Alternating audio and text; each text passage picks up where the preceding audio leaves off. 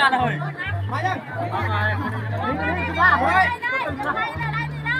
เป็นเซตติ้งอย่างติดลายอ่ะของเขาตึงซื้อได้เฮ้ยเชื่อกันจะน้อยขึ้นก่อนไปสแกนเป็นปักแม่เอาพอดีแล้วดิ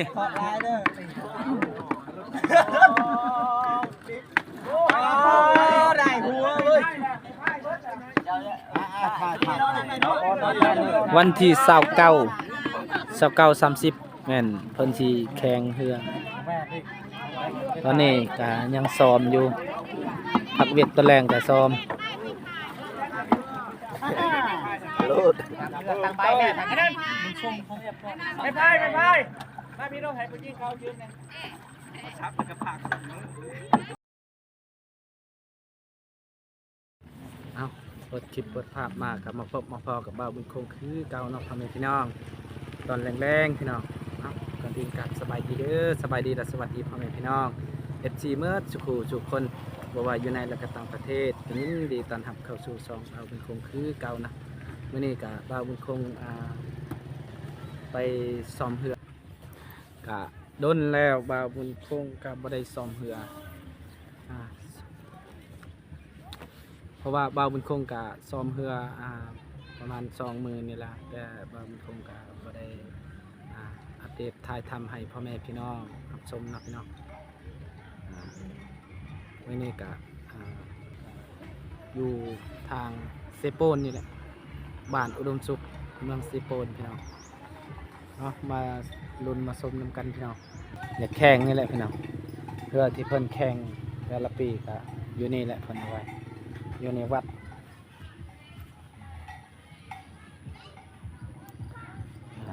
วัดศพนำ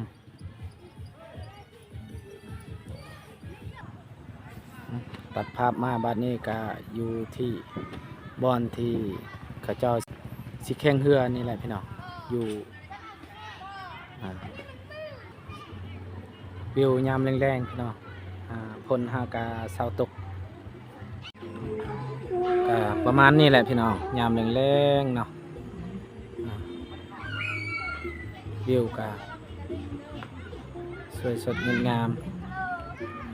บรรหันเขาเจ้าสิเอาเขาคนเขาให้เขาหน้า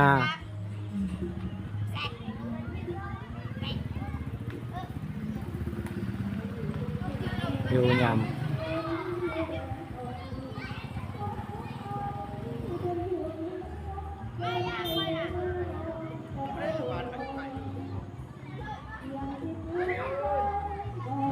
สิเกียมพายแล้วสิลงเกียมพายเรืออะไรพี่น้องเมื่อวานนี่ก็บ่าวบุญคงไป2 มื้อแน่บ่าวบุญคงไปแต่บ่าวบุญคงก็บ่ได้อัปเดตบ่ได้ถ่ายทำให้พ่อแม่พี่น้องรับชมนะพี่น้องบ่มีเวลาถ่าย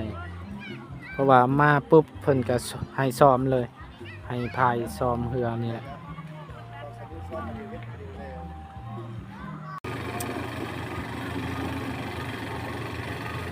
เพิ่นกะเกียมเมื่อแต่ให้แต่หน้านี่แหละส่วนบอนที่สถานที่ช่วงเรือ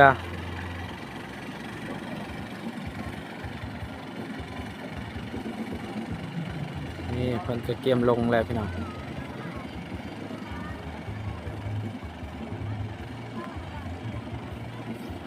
เตรียมลงไปเรือแล้วทางทีมงานกิบกูระเบิดก็มาแล้ว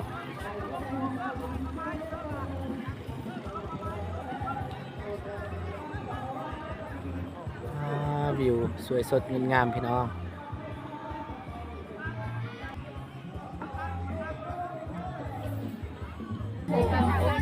ปุ๊บมาทางนี้เพิ่นกะ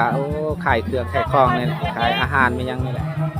นี่กระทั่งเศร้าทีมงานกิบกูระเบิดสบายดีเด้อนี่เป็นการซื้อเครื่องคล้องนี่แหละพี่น้องนี่คุณ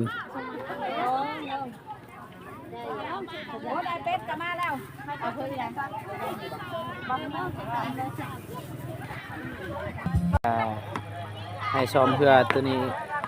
ผู้ชายให้ซ้อมตัวนี้วานนี้ผู้หญิงก็ซ้อมตัวพุ่นละ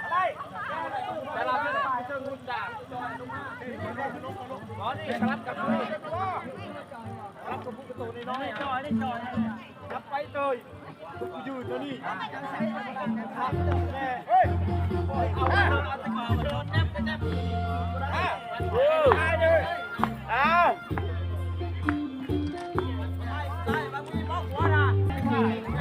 โอ้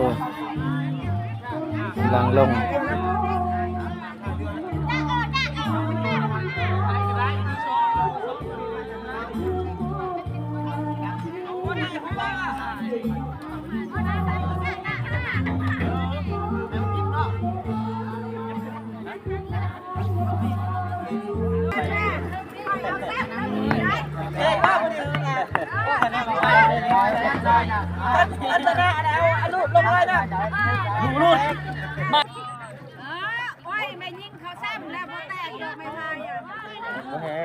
ใบจมใบจมยังก็ชื่อนะลาวฮะ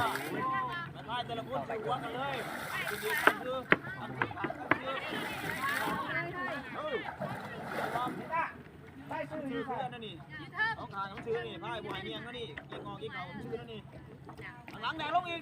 จับกระปั้นลุมรถมันเงียบแล้วลงไปนั่นตามลง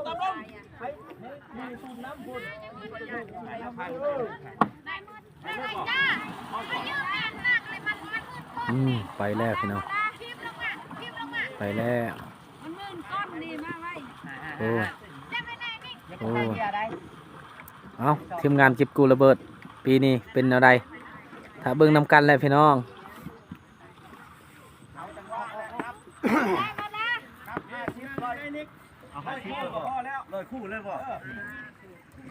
ทางนี้กับผู้หญิงพี่น้อง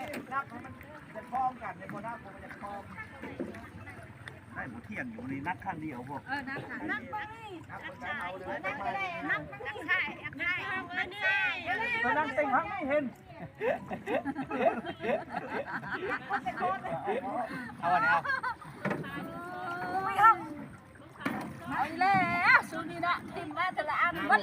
สบายดีเด้อโอเคป่ะ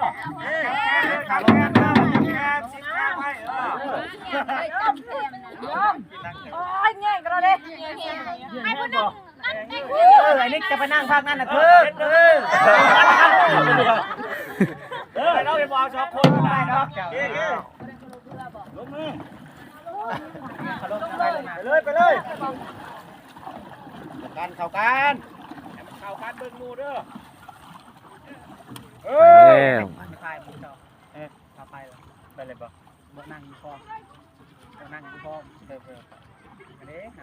จะสีเหลืองไปก่อนม็อกเฮ้ยต้องวัวต้องม็อกอ่ะกับรถไฟรีแล้วก็มีเนาะตกตาเตยเนาะไปแล้วพี่ตัด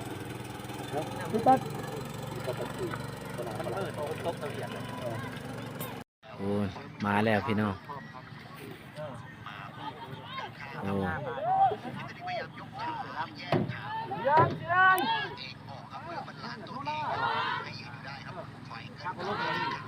ให้เสือดำ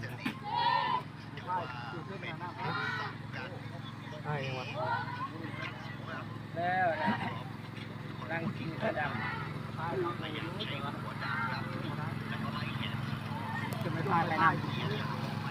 อามาบัดนี้กะโอ้ยคำมัด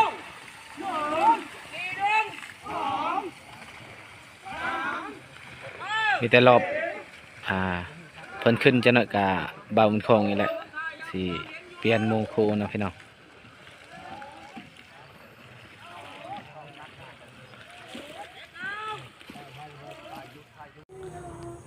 มาบัดนี้ก็ฮอดเหือนฮอดซานแล้วถึงฮอดเหือนฮอดซานเป็นทีเรียบร้อยพูนลูกสาวลูกดาสบายดีเด้อนะเอาเดี๋ยว สบายดียิ้มบัดนี้บ๊ายบายบัดนี้อ่ะบ๊ายบายปะลุงฮอดปีหนึงแล้วพี่น้องยังบ่ฮอดกะวันที่ยัง2 มื้อนี่ก็ฮอดแล้ววันที่29สบายดีเด้ออ้าวอยู่บ้านเฮาฝนตกตลอดเนาะแต่ว่าอยู่พุ่นบอนบ่าวบุญคงเฮ็ดเวียกก็บ่ได้ตกหมดมื้อตกตั้งแต่เช้านี่แหละพี่น้องตกประมาณ9 โมงเช้าโอ้รถแล่นไปแล่นมาก็ตกทุกมื้อป้าสบายดีลูกเอาขึ้นกล่องแบบนี้สบายดี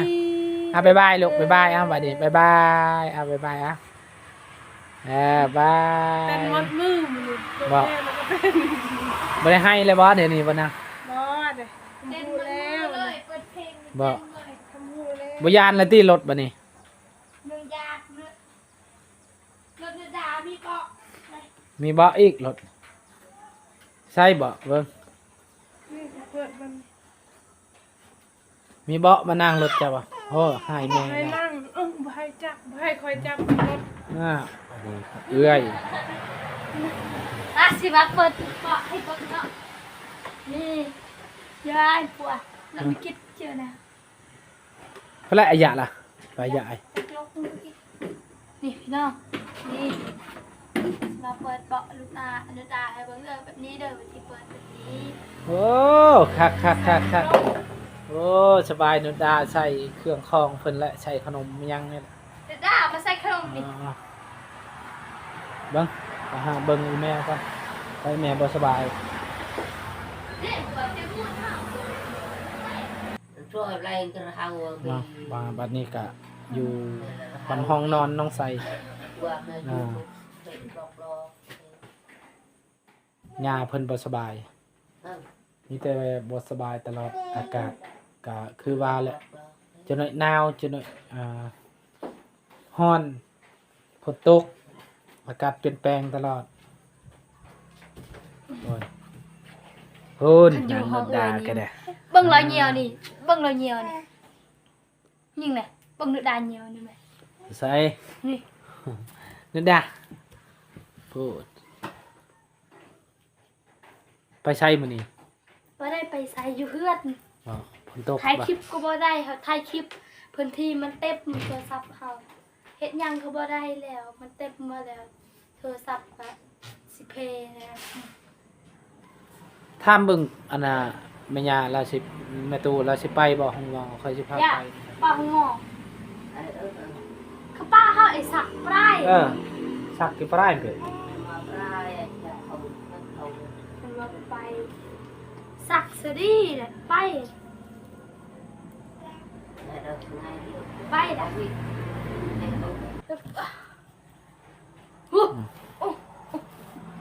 จะบายปลาลุงบายไปลุงสบายดีเอาบัดนี้สบายดีสบายดีเป็นเมิดสบายดีเหี่ยวเต็มสบายดีก็เป็นบายก็เป็นใหญ่แล้วบักนี้เราเหี่ยวแตดโอ้เป็นเมิดปังตบมือก็เป็นปังนะเปิง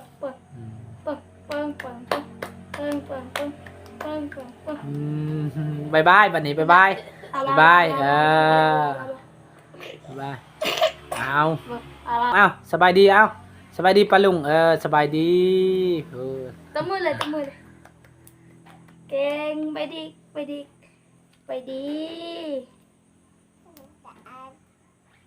สบายดีไปตู่ก็บ่สบายดักเลยไปดีไหมเราเป็นโครงการมาแต่ซ่อมเพื่อนแล้วก็เมื่อบ้านเลยพี่น้องเพราะว่าซ่อมเรียบร้อยแล้วก็ต้องมาบ้านก่อนเวลาจู้จะใจรถแฮะ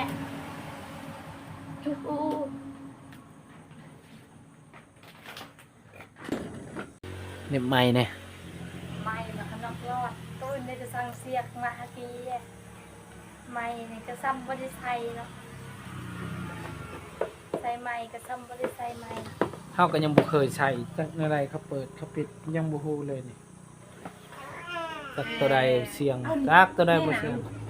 นี่ก็เปิดพอให้มันเฮ็ดไม้เสียงไม่ยัง จักเสียงดีบ่ดีบ่ฮู้เลยพี่น้องเอ้ยกินข้าวกินน้ำเลยบ่ กินแล้ว อาหาร โอ้รถนี้มีมะไผ่เนาะ บ่กินอาหารยังแหละ กินปลา กินปลายังอยู่บ่นี่ ยัง อาหารปลายังก็ ปลานิล เลยไผเห็นพอดีและเฮาก็ยังบ่ได้กินข้าวมาแต่พุ่นแล้วก็เมื่อเลยเพราะว่ายานมันค่ำเนี่ย เอ้า จ๊ะเอ๋ บ่สิได้ยินเสียงปากเจอจะเฮ็ด อ้าว เฮ็ด อ้าวเต้นบัดนี้อ้าวเต้น ติ๊ดติ๊ดติ๊ดติ๊ดติ๊ด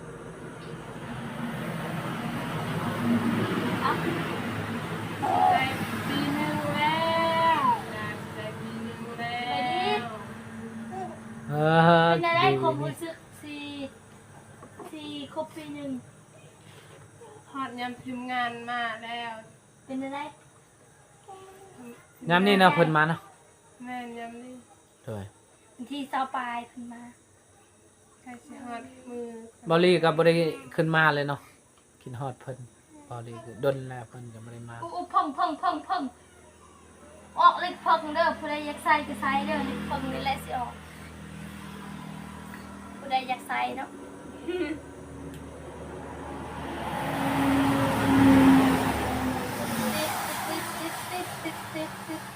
ใส่ก็บ่ได้ไปหาหน่อไม้บ่ลูก บ่ หน่อไม้มีใครอยากกิน บอกว่าหนอนางเนาะอย่าอ้า เอาขึ้นยากเลยค่ะ อ้าวอ้าวอ้าวอ้าว อยากไปหายพอ อ้าวที่แม่จับมือเลยเราเป็นใคร เราก็ไม่ได้บอกเขา หากันมื้อนี้เราอะนะมานอนอยู่เฮือนนี่ เราทำกี้ เออ มันอยู่นี่ก็หายเมื่อกี้นี้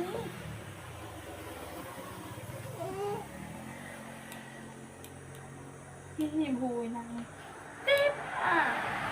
ไปดี เฮาก็บ่ได้ชื่อหยังเลยเด้อเพราะว่าเฮาเมื่อก็บ่ได้บอกเจ้าเจ้าว่ามืดอันน่ะเพิดอีนางมืด หมด เฮาก็บ่ได้นะบ่ได้บอกเพราะว่าเฮาก็บ่มีเงินบอกก็บ่มีเงินคือเก่าน่ะใช่เจ้าว่ามีเงิน ป๊า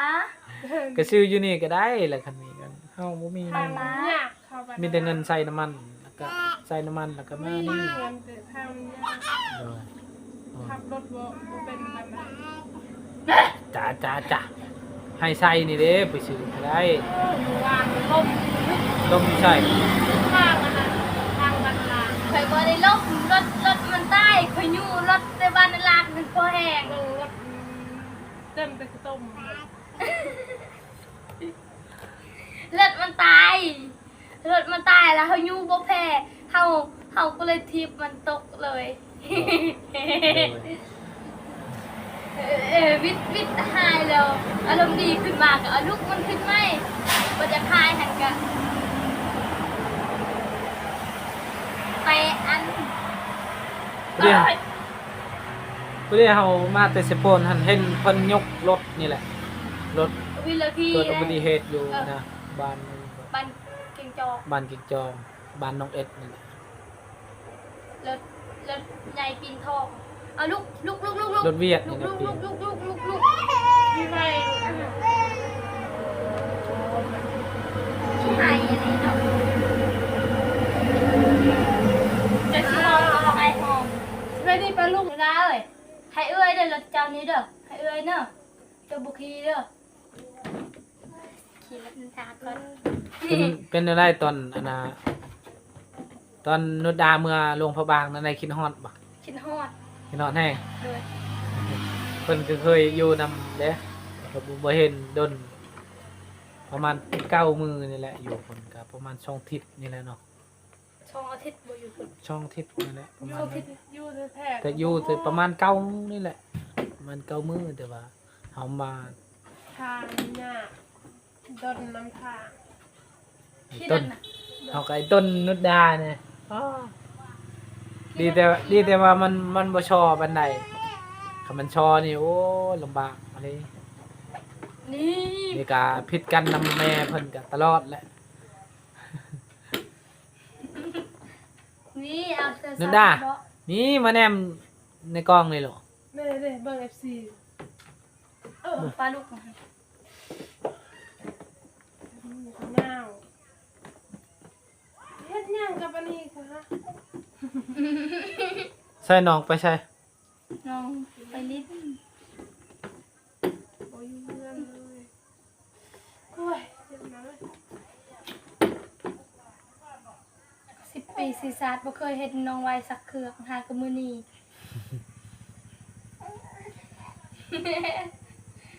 โอ้ เราสักอยู่แต่เรา อยากได้ สัก บ่ ลายเราสักหน่อยเดียว จะได้ตังค์บ่ลูกหืม ย เพิ่นจะได้ตังค์นี่แหละ โอ้ยเบิ่งรถเด้รถหยังหั่นน่ะเบิ่งหัวมันยาว นั่ง โอ้ โอ้ ย คุณ นั่งจะได้ยังบ่วันที่19นี่บ่นั่ง เอาได้แค่ปงแล้ว อย่า แค่ปง2 เล่มแล้ว ว่าดัง จะเอ๋ ว่าดังเขาอยากได้คำ10 บาทงัวซีโต ตา เงิน พูดแข เงิ วน ร้อยล้าน ตะเวนก็ใกล้สิตกดินแล้ว จะเป็นตกแล้วบ่แม่นไก่ ยังเอาดูยัง เออ เดี๋ยว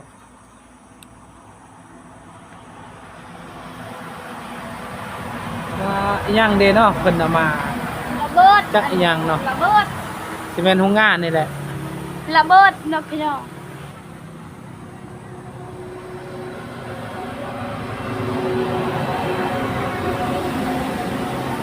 โอ้ ระเบิดและนี่มันคือโอ้รถนี่ข่อยอยากได้ นี่ข่อยอยากได้รถนี่มันเกิดค่อยซื้อค่อยเด้อ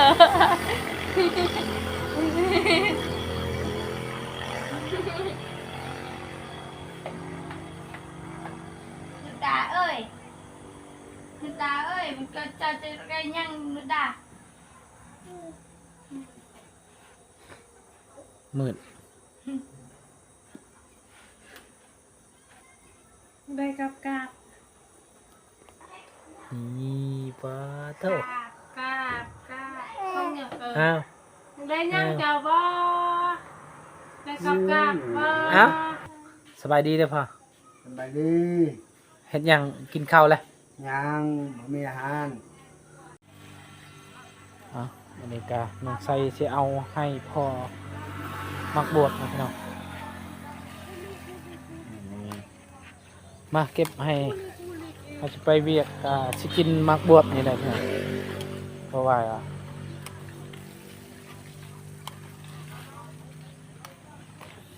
นี่มักบวชสอนงามพี่น้องเอ้ยนี่นี่ใช่นี่มักบวชนี่ ไปปลงเอากี่ออกค่ะก็ได้ นี่อยู่เทิงนี่ อยู่หันเนาะ แม่ เอาเยือนปลาหัน มีบ่ เอาเยือนเฮาเก่าหัน มีบ่ นี่ มีก็เอาน่ะ เยือนมาดูมา อ่ะ นี่ นี่อยู่นี่นี่เห็นมีตัวน้อยๆแม่นแหละแซ่บจะห้าหมดอันย่างอยู่ได้ใช่อยู่ลุ่มพุ่นแหละแม่นเห็นบ่เห็นบ่ เดินไปเก็บเพื่อนเยือนเฮาหันไป ไปเก็บ